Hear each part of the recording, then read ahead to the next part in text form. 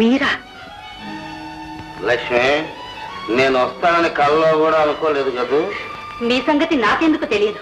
తప్పకుండా ఒకరోజు వస్తారనే ఎదురు చూస్తున్నాను. అయితే నన్ను సరిగ్గానే అర్థం చేసుకున్నావు అన్నమాట. మొదట్లో కాస్త సందేహం ఉండేది, ఇప్పుడు పూర్తిగా తేలిపోయింది. నువ్వు ఆ మాత్రం గడుసరివని నాకు తెలుసు. వయసు మళ్ళీ నా పడుతుతనం తొంగి చూస్తూనే ఉంది. విధమైనా నా కళ్ళకు సుమంగల్లాగా కనిపిస్తున్నావు లక్ష్మి. భార్యను అలంకరించి ఆ అందాన్ని చూసి ముగ్ధులయ్యే భర్తలెందరి గురించో నేను విన్నాను.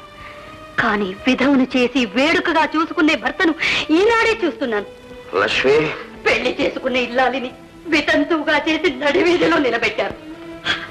ఆత్మను చంపుకుని కన్న కొడుకును పరాయి వాళ్ళ బిడ్డగా పలకరిస్తున్నారు.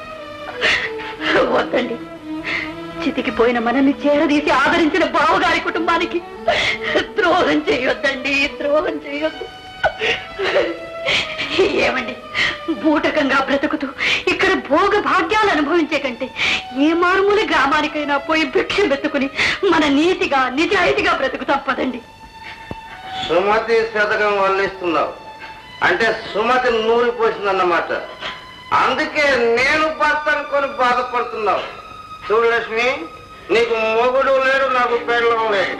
అవునని ఒక్క మాటను మూడో కంటి వాడికి తెలియకుండా నీకే లోటు రాకుండా చూసుకుంటాను.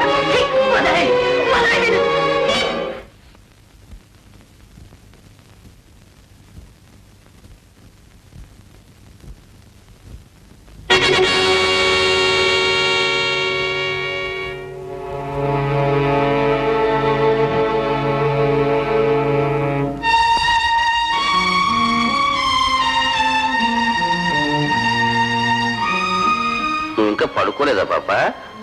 పగటి వేషాలు వేసే పెద్ద మనుషుల నిజ రూపాలు రాత్రి వేళలోనే బయటపడతాయని మీ అబ్బాయి గారు చెప్పారు. ఆ వేడుకు చూద్దామని నిద్ర మానుకుని కూర్చున్నాను మావయ్య. ఎవరు ఏ వేషాలు వేస్తే మనకెందుకు పాప?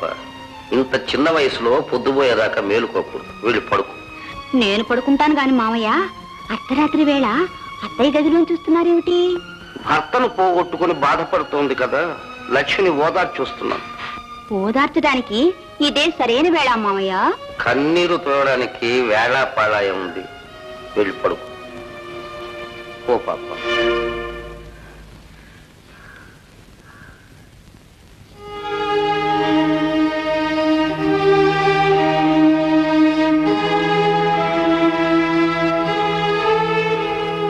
తల వంచుకొని ఇక్కడ నిలబడ్డావేంరా రాజు?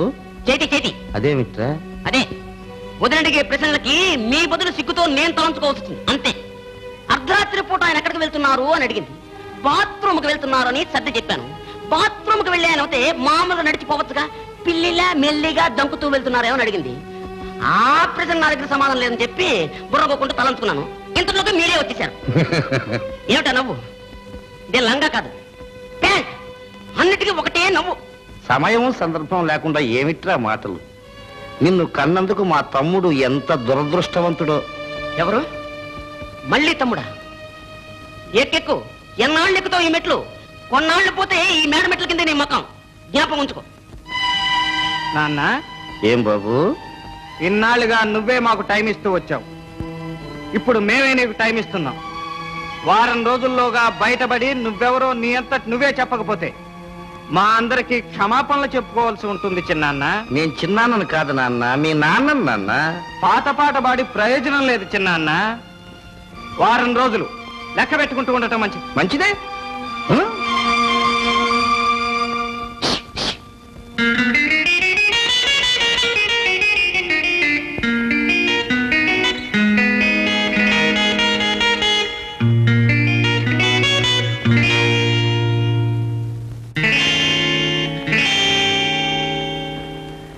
ఈ ఆధారంతో వాడికి మన చేతుల్లో చిక్కినట్లే. ఈ ఫోటో పోలీసులకు చూపించి వీడంతా తేల్చేస్తాం. తొందరపడకండి. ఈ విషయంలో మనం చాలా జాగ్రత్తగా ఉండాలి. వచ్చే శనివారం తమ్ముడికి తద్దినమని చెప్పి తనకే తద్దినం పెట్టుకుంటున్నాడుగా. ఆ రోజు ఈ ఊళ్ళో వాళ్ళందరూ ఇక్కడికి వస్తారు. వాళ్ళందరికీ ఈ ఫోటో చూపించి వీడు శశిభూషణం కాదు నాగభూషణం అని బహిరంగంగా నిరూపిద్దాం. నాన్న, ఇంకెన్నాళ్ళు ఆడతావు ఆటలు? ఈ దెబ్బతో నీ ఆట కట్. కరెక్ట్. కరెక్ట్. కరెక్ట్. మీరు చెప్పేది చూస్తే చాలా ఆశ్చర్యంగా ఉంది. ఈ విషయం ముందే ఎందుకు ఇన్ఫార్మ్ చేయలేదు? ఎప్పటికప్పుడు ఇన్స్పెక్టర్ గారితో చెప్పాలని అనుకుంటున్నాను. ఇంతలో మీరు ఇక్కడ క్యాంప్ వస్తున్నారని తెలిసింది. సరే తమతోనే స్వయంగా చెప్పుకుందామని వచ్చాను. వాడు నా కొడుకుని గాని ఆ అమ్మాయి నా కోడలని కానీ నమ్మలేకపోతున్నాను. వాళ్ళిద్దరూ నా ఆస్తి అపహరించడం కోసం కుట్ర పని నా ఇంట్లో చేరారు. రాను రాను నా ప్రాణానికే హాని తలపెడతారేమోనని భయంగా ఉంది. మీరే నన్ను కాపాడాలి. భయపడకండి, మాతో చెప్పారుగా, ఇక అన్ని విషయాలు మేమే చూసుకుంటాం. సార్, వచ్చే శనివారం మా తమ్ముడు నాగభూషణం తద్దినం. ఆ రోజు మీరు మా ఇంటికి వచ్చారంటే ఆధారపూర్వకంగా వాళ్ళందరినీ మీకు అప్పగించే బాధ్యత నాది. తప్పకుండా వస్తాం. చిత్తం. సెలవు. దైవసాక్షిగా చెప్తున్నాను, వాడు మా నాన్న కాదండి. చెప్పవలసిందేదో మేం చెప్పాం, ఇక నిర్ణయించుకోవాల్సింది మీరు. ఇది కేవలం కట్టుకథ అయితే ఆ మహానుభావుల మీద నిందలిస్తున్నందుకు మీరు సర్వనాశనం అయిపోతారు. మాతో చెప్తున్నట్లు మరొకరితో చెప్పినట్లయితే మీ ప్రాణానికి అపాయం. ప్రాణానికి భయపడితే ఈ విషయం ఏనాటికి బయటపడదు. ప్రెసిడెంట్ గారు, సత్యానికి చావు లేదని పెద్దలు చెప్తారు. వచ్చే శనివారం తమ్ముడు తద్దినం గొప్పగా జరిపిస్తున్నాడు. ఆ వేళ మీరెక్కడికి వస్తే నిజానిజాలు మీరే తెలుసుకుంటారు. నమస్కారం. నమస్కారం బాబు గారు, దయచేయండి. మీరు ఇక్కడికి వచ్చారేమిటి? చిన్నాన్న తద్దినానికి వీరిని పిలవటానికి వచ్చావు నాన్న. సుమతి మా ఇంటికి వచ్చిన తర్వాత మా వాళ్ళలో చురుకుతనం పెరిగింది. సరే, ఎప్పట్లాగే ఈ ఏడు కూడా మా తమ్ముడు తద్దినానికి మీరంతా రండి. పదండి పోదు.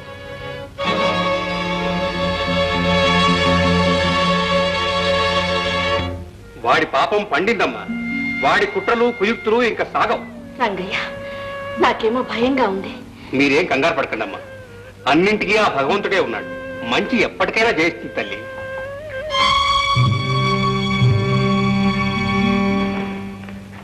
బాబాయ్, రంగయ్య గారి గుట్టుముట్లన్నీ తెలిసేసుకున్నాను. శబ్బాష్.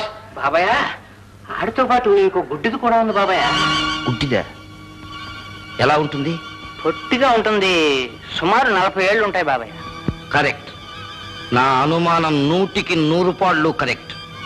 ఆవిడెవరో కాదు, మా అన్నయ్య భార్య అన్నపూర్ణ. బాబాయ్, కాలపాశం నుంచైనా తప్పించుకోగలదు కానీ నా చేతుల్లో నుంచి తప్పించుకోలేదు. సుబ్బయ్య, బాబాయ్, వాళ్ళిద్దరిని